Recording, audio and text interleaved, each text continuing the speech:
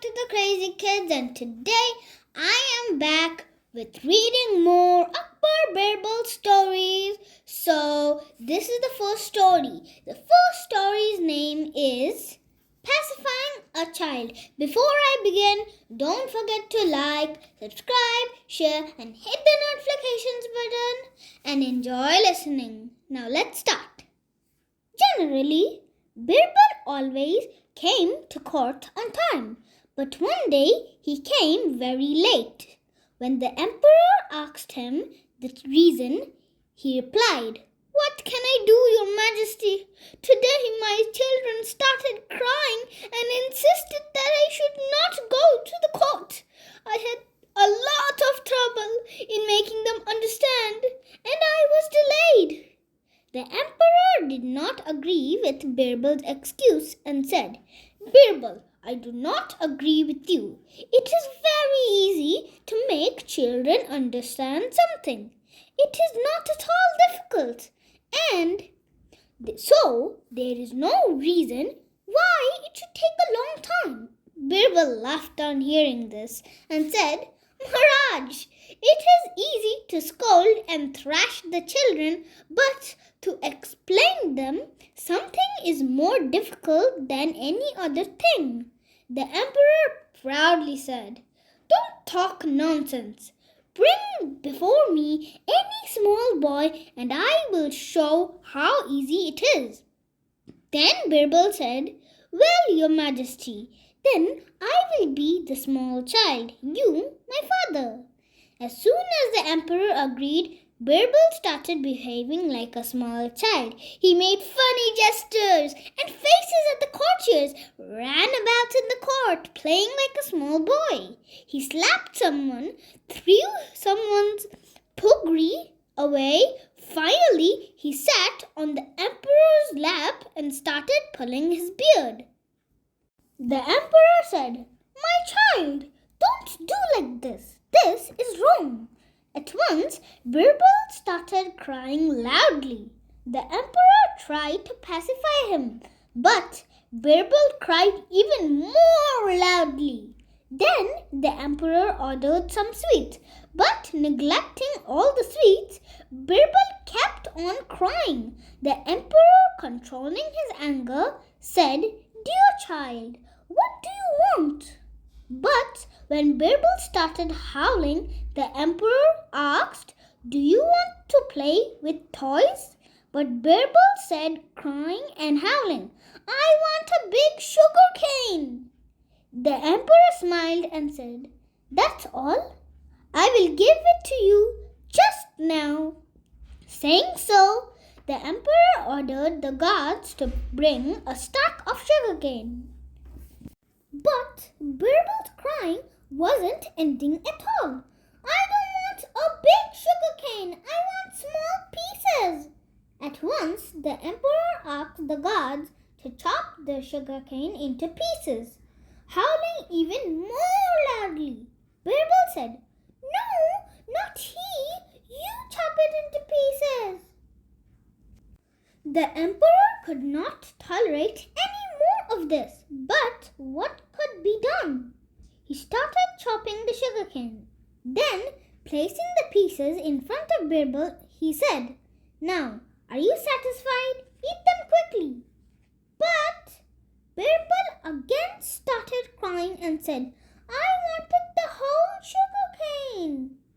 The emperor took out one whole sugarcane from the stack and giving it to Birbal, said, "Now, take this and for God's sake, stop crying."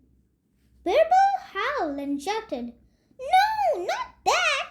I want the whole sugarcane out of these pieces! You silly boy! It is not possible!" The emperor said he was visibly annoyed, but Birbal was not ready to stop crying.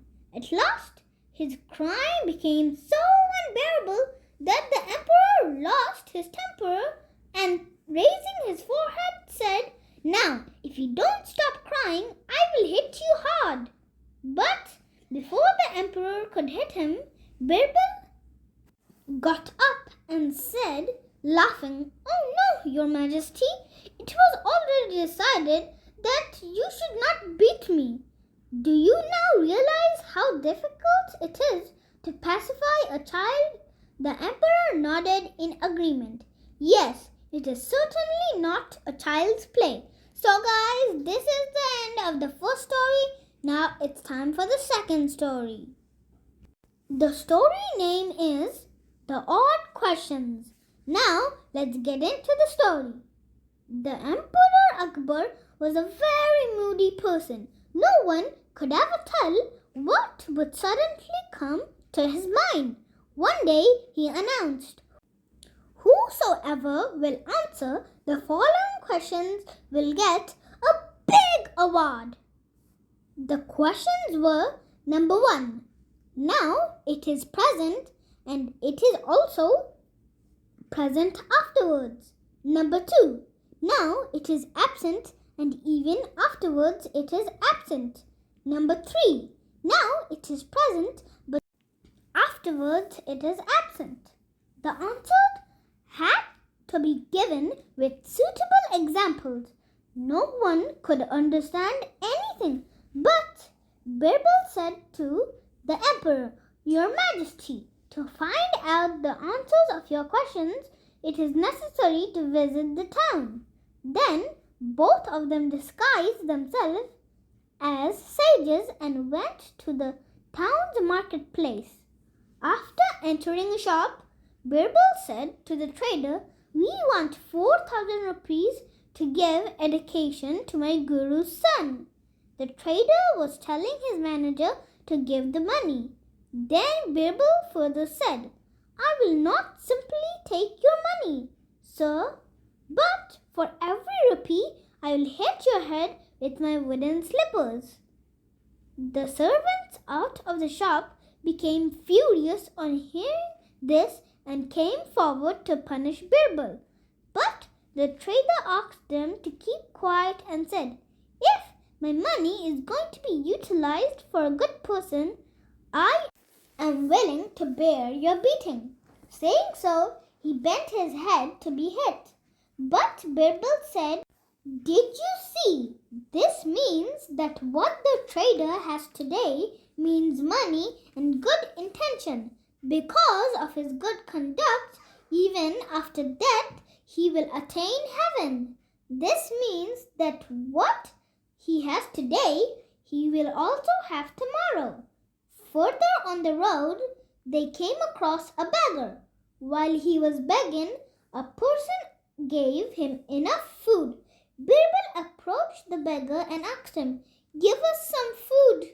We are hungry." But the beggar drove them shouting, "Get out! Go away!" Then Birbal said, "He will not even be able to please God, and so this means that what he does not have today, he will not even possess tomorrow." Sometime later, they saw a hermit busy meditating in a temple. Birbal placed some money before him, but the hermit immediately said, "Please take it away. It is like poison for me. I don't want any of it." Birbal then said, "Maharaj, this means that now it is absent, but afterwards it is a present. Now he is neglecting all these pleasures, but tomorrow he is bound to attain them. And Maharaj, the fourth thing is, in your case, because of your good deeds in your previous life, you are today enjoying pleasures and possess money and valuables, etc. And if you will continue with your goodness and justice, you will have it afterwards also. But if your conduct would be wrong, everything will fritter away." The emperor was very much pleased with Birbal's clever and honest answers. So guys, this is the end of the second story. Now we are moving on to the third story. The third story name is The Bed's Pleasure. Now let's begin.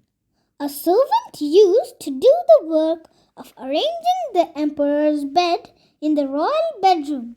One day, while making the bed, he was tempted to lie on it for some time. He thought, "Let me see how it feels to lie on the royal bed," and secretly lay on it. But he quickly got up with the fear that someone ought say him.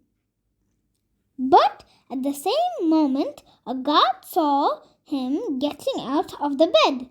Unfortunately, the guard and the servant were not on good terms with each other. The guard was pleased to have a golden opportunity of complaining against the servant to the emperor.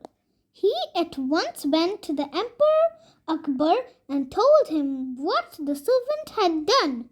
The emperor was furious on hearing this and angrily shouted, "Give me that servant a punishment of 25 lashes tomorrow morning." Saying so, the emperor left his palace. The servant was scared on hearing the punishment and immediately went to Birbal's place. There he told Birbal what had happened.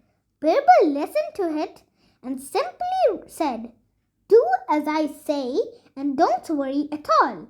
The servant was relieved on hearing this and peacefully went to the palace and slept. At midnight, the whole palace woke up due to someone shouting and crying. All came out to see what was the matter. They were surprised to see the person who was crying was none other than the servant whom the emperor had given punishment. Raising both of his hands, he was saying, "I feel pity for His Majesty. God, please forgive my lord." He was continuously crying in the manner and dancing with his hands towards the sky. The other guards thought that perhaps he was under some evil power and started sprinkling water upon him. The emperor and the empress too woke up by the noise. They came down to the servants' quarter. Yet the shouts did not stop. "Please forgive my lord. God, I feel a great sympathy for His Majesty." But when the emperor came, the servant started crying and tears welled in his eyes. He was saying, "Maharaj, what will be your condition? What a great punishment for you! As compared to yours, mine is nothing." The emperor was very surprised and asked, "What punishment? What are you saying? Don't talk rubbish." The servant, still crying, said, "Maharaj, I saw a terrible dream in it. The Yamdut, or messenger of death, had tied you to a pillar and was lashing you. I saw this and coming in between said, 'Sir, please don't lash my emperor. Beat me.' But the Yamdut said, 'No, this man must bear the punishment. You slept only for a few seconds on the bed and were sentenced to 25 lashes. This emperor is sleeping there for years. He must be lashed thousands of times.' Saying so, he started beating you." The servant said and started crying endlessly.